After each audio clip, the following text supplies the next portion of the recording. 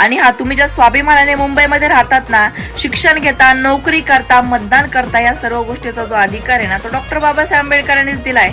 6 डिसेंबर हा दिवस येताच तर त्याचा कोणाला त्रास होत असेल ना, तर तो त्रास नाही, ते इतिहास न समजून घेण्याचा दोष आहे.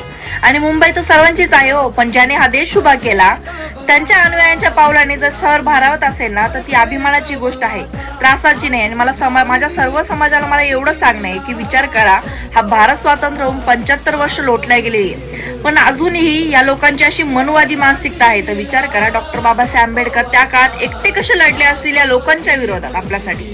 सर्व क्रांतिकारी जय भीम.